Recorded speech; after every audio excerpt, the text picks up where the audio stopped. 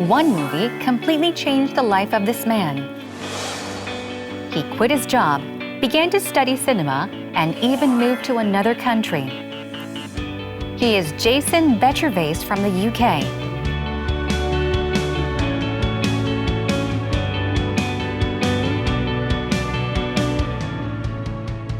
Jason Bechervaise is a film critic and academic. Recently, he completed his PhD in Korean cinema. He has 12 ships against an armada, Japanese armada of 300 odd ships in 1597. Chae won Best Actor, and the film won the Best Film Prize, also won Best Technical Awards, and along with Best Planning as well.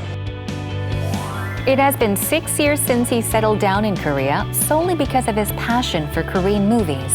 Today on Heart to Heart, film critic Jason Bechervaise.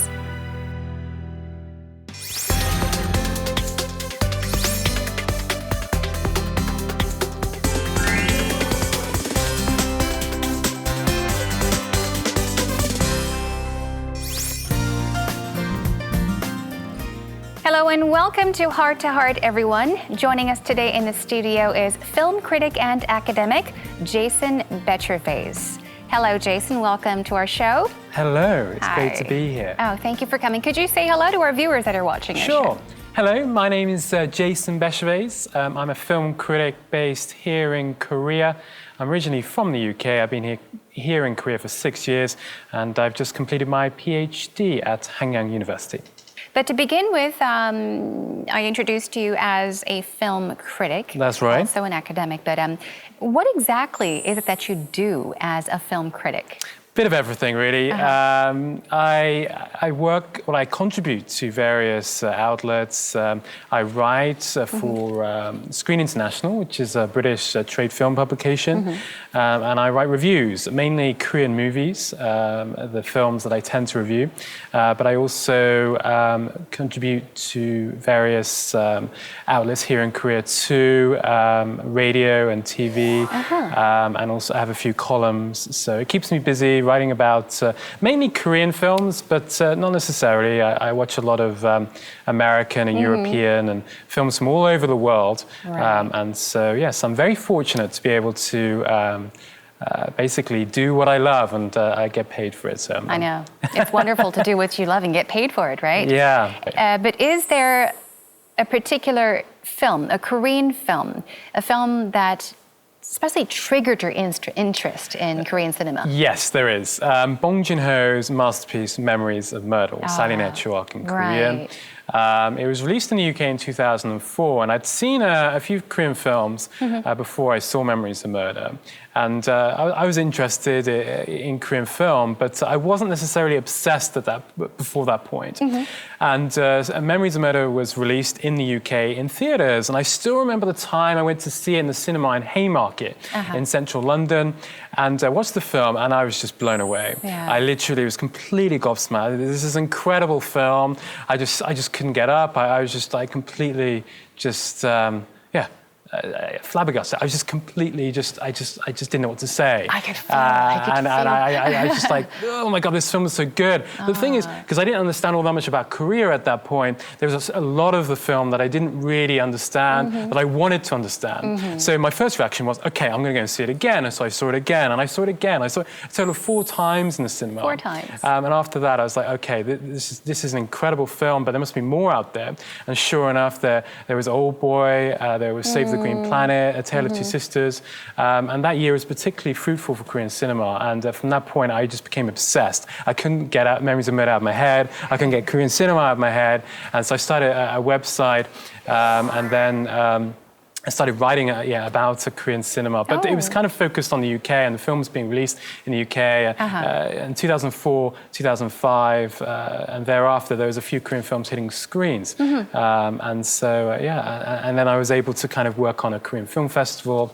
And so, the rest is history. Okay, so working for the film festival, the Korean Film Festival came after you actually started watching Korean films. It came after, and I kind of I I approached them and we had mutual interests, and so it was just like, okay, well, I can help you, and they're like, great, and so I just did a bit of marketing for them, and I did an okay job, I guess, and then I moved on to another Korean film festival and worked there, and wonderful. It was very, very interesting experience, and through that experience, I was able to work with kind of Korean companies and the Korean Culture Center, and so that was invaluable experience for me, and so I was able to get that experience even before I came to Korea, and so that's Guess very you're helpful. lucky, yeah. I was very, very lucky.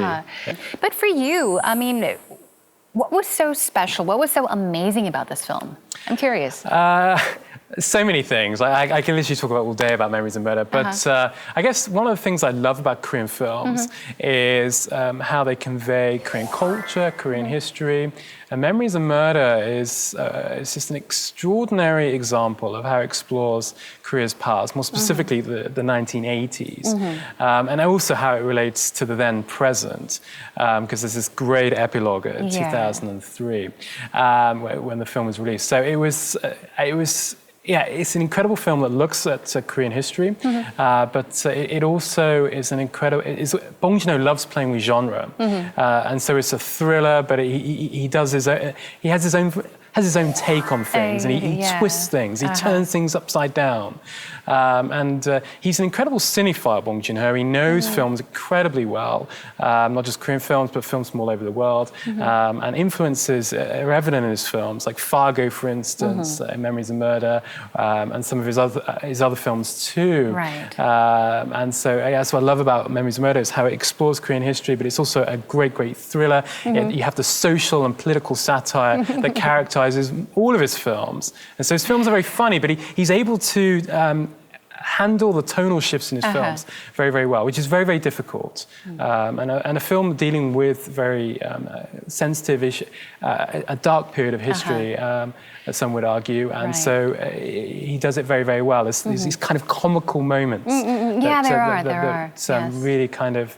help elevate the film. Yes. And So it all began through Memories of Murder. You started to study cinema after watching your very first Korean film. Yep.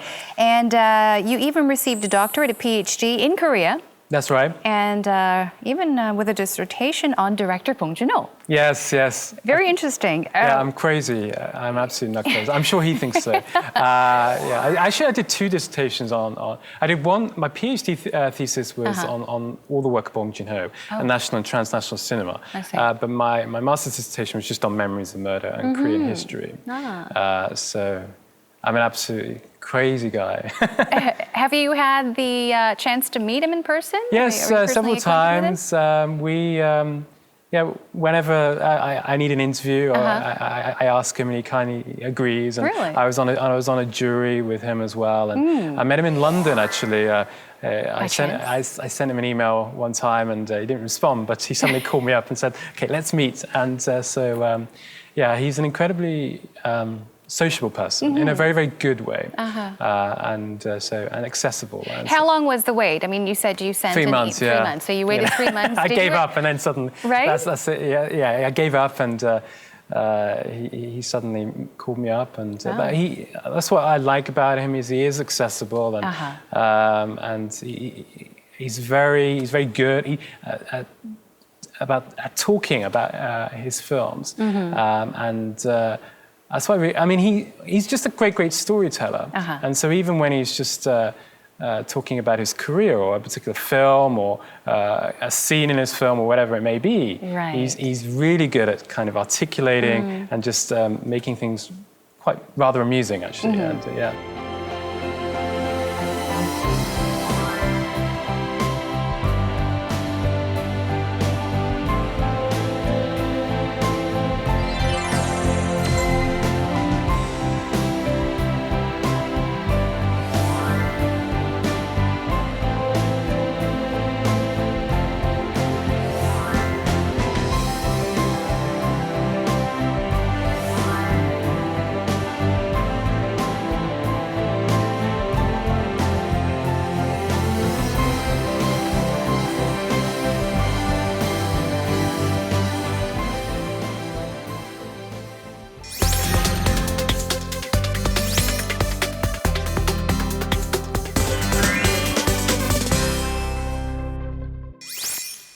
Now, people say that in order to fully understand a cinematic work, you really truly have to understand the culture of that country. Say, if it's a Korean film, you need to understand the Korean cultural characteristics. Yeah. Say it's a American film, you got to know about the American culture. Now, having said that, did you have any difficulty understanding Korea or Korean films or Korean things as a British? At first, it was challenging. Like I said, Memories of Murder, the first time I watched that film, even though I absolutely adored it, I felt that there was so much more to it that I could really understand at that point. Yeah. And so, initially I often asked my wife about Korean culture. I mean, My Sassy Girl is another movie, when I first saw it, I felt that I liked the film, but I wasn't crazy about it. Whereas a few years later, I watched it again. I was like, wow, actually, this is a really kind of cool film. And so, but over the years, because I studied Korean film for a long period of time, I've had to read about Korea's history and culture. Right. And so that's helped me enormously. And my wife as well has also been a big help in that area. And whenever I've ever had questions, she always answers them. But also, as I see more films, that's helped as well. And I've seen so many films. Actually, I'm at a point now where I understand Korean films better than I do British movies. It's amazing how you say you're kind of getting a better understanding of Korean films, compared to British films. I mean, you said that you watch many movies.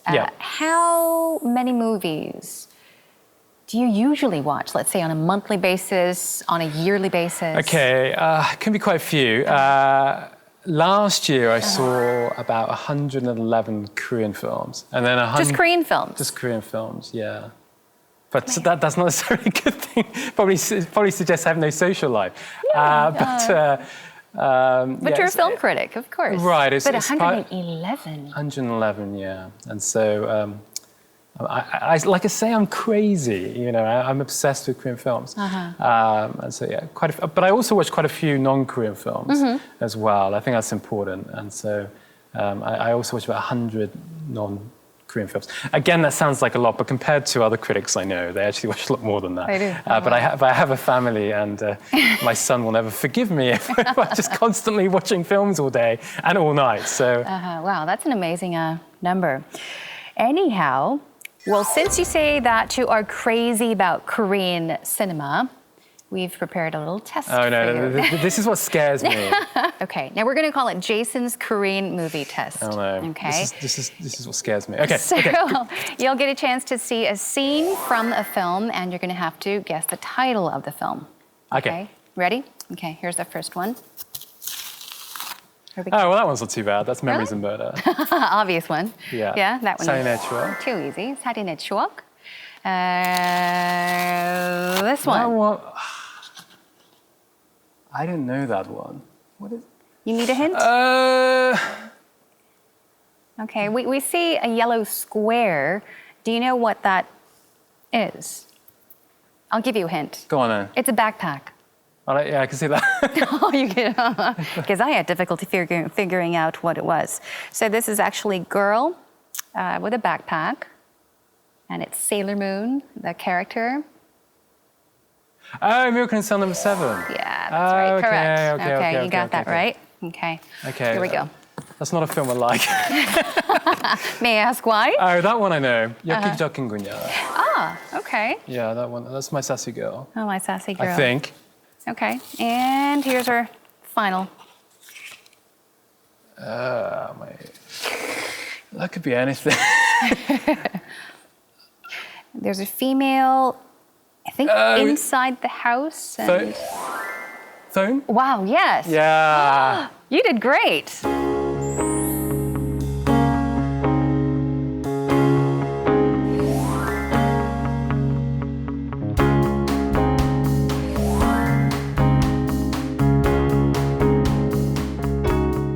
I think his works are even more special because, as a British critic, he has this objectiveness to see deeply and clearly into Korean movies. In particular, I'd say that his knowledge and enthusiasm for Korean cinema has really very few parallels, and personally it's always been a great pleasure of mine to share in that enthusiasm. He's never unfair, and that's a really important feature, I think. You know, you're always going to have opinions, but he's reasoned, he's balanced, and I think when he gives a 5-star to a movie, you know you're going to want to go and see it. You could bash any film you want, but please don't bash my film. Thank you, Jason. I love you. Fighting, Jason.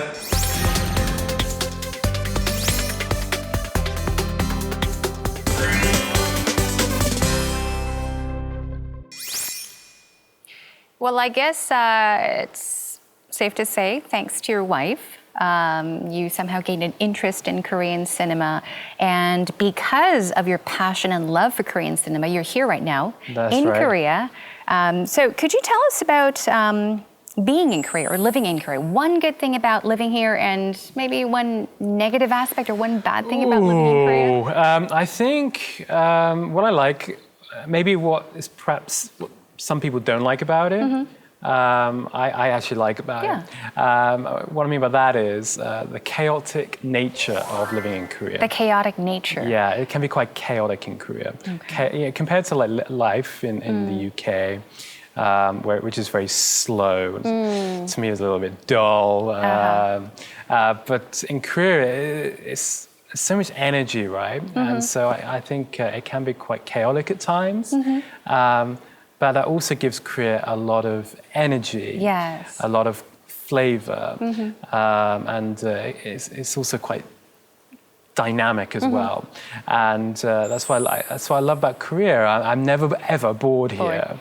It's incredibly energetic. And if you watch, I'm going to bring in Bong Joon-ho's films here, and his films, you see chaos in all his films, from Barking Dogs Never Bite right through to Snowpiercer and no doubt in Okja as well.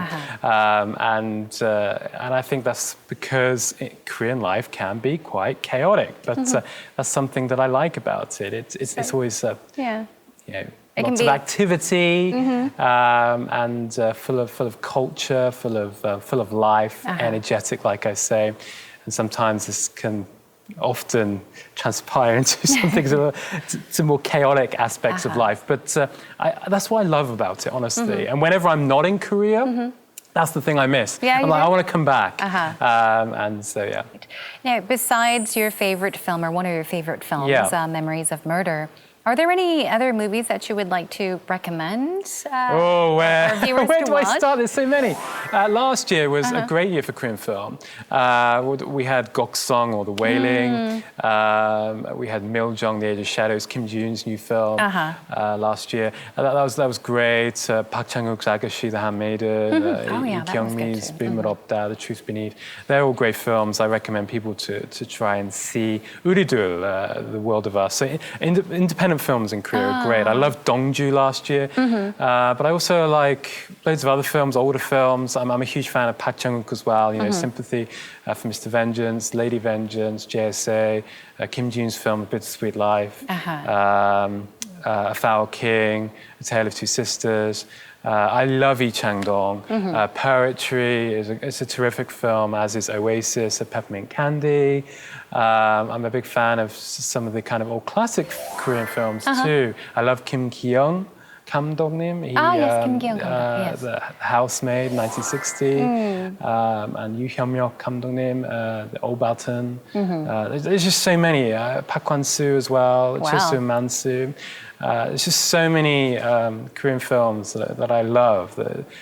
In Korea, there's just so many films released each year as well. A lot of independent films that I like, as well as commercial features.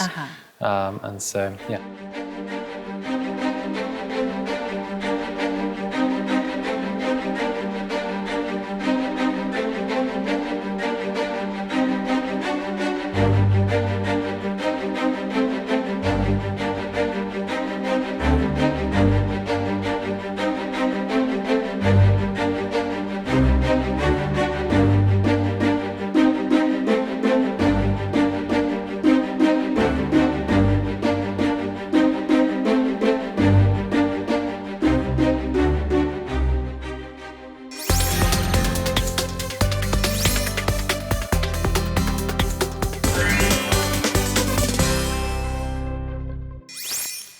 your posts, you're busy promoting Korean cinema on social media. Your posts are on the latest releases, award-winning works in film industry news.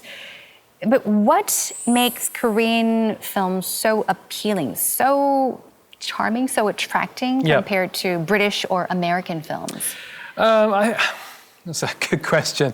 Well, like I said earlier with Bong Joon-ho's films, and I think it's true for many other Korean films, it's how they convey Korean culture, Korean history, and even the social issues, social problems as well that they convey. They often do so in a very innovative and a clever way.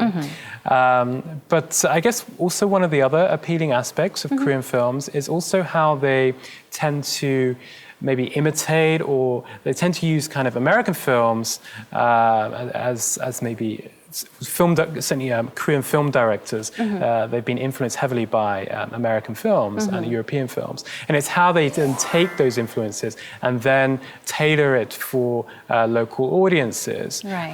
That's something that I find quite fascinating, because then they become popular in Korea and they're able to kind of find themes that translate well, that local audiences really do embrace. And someone like Bong Joon-ho, for example, is able to kind of take conventions in like American cinema or European cinema and then just flip them right, upside so you can down. kind of relate. Yeah. So he then basically just makes a movie that maybe is influenced by an American filmmaker, but then actually does something rather different with it and is incredibly popular not only in Korea but also overseas. Right. So it's just a really interesting spinning going on here.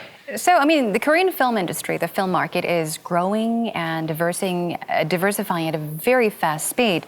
Now, so from a film critic's point of view, what is your outlook on the Korean film market? Wow, another big question. Well, the thing is with Korea, there are so many theaters and admissions to Korean film, to Korean and American non-Korean films, they surpass 200 million ticket sales now on a yearly basis. So in terms for growth, there isn't all that much more. I mean, they can't, in terms of the amount of tickets sold, I'm not sure how many more tickets they can sell, because Koreans on average see 4 Korean films per year, which is one of the highest in the world, which makes it very attractive for the Hollywood studios to come into. They want to invest in Korean films, which we're seeing with 20th Century Fox Korea with The Wailing and The Age of Shadows, and also Netflix with Okja. And so it's an incredibly lucrative market. And so I think the only real room for growth is maybe to increase ticket sales, which probably won't be popular with cinema goers. But still, it's an incredibly, like I say, lucrative market. But overseas, I think there's huge potential remains. And a project like Okja is a fully funded Netflix production, so an American film, but it uses Korean talent. So it's scripted by Bong Joon-ho, who worked with John Ronson, and it stars some Korean talent as well, An Se-yeon and Byung Bong, along with American stars. And that's a really good way for Korean film, certainly awareness of Korean film can then be elevated on the world stage, because they watch Okja and they're like, wow, this director is really interesting. So they go and check out his other films. Right. Well, I'm learning so much about films today. I had no idea you knew this much about Korean films, not only about Korean films, but about the film industry. It was a very interesting time. I'd like to finally ask you about your future plans or goals. Well, I'm trying to get my thesis published, because ideally I'd like to teach Korean films, and in academia, it's publish or perish. So that's kind of my next goal. But I want to continue to work as a film critic, and it's trying to juggle. I mean, I don't really see working as a film critic and as an academic as kind of mutually exclusive. But I guess it's something I need to kind of work out. I'd love to do both, but we'll see if that's possible. Hopefully it is. But I love working as a critic, but I also want to teach Korean film as well and do some more writing. That sounds exciting. Thank you. All right, I hope so. I want to thank you once again for the opportunity to have you on our show, and thank you for educating us, teaching us and letting us Well, know I hope I about haven't the Korean film waffled on industry. too much.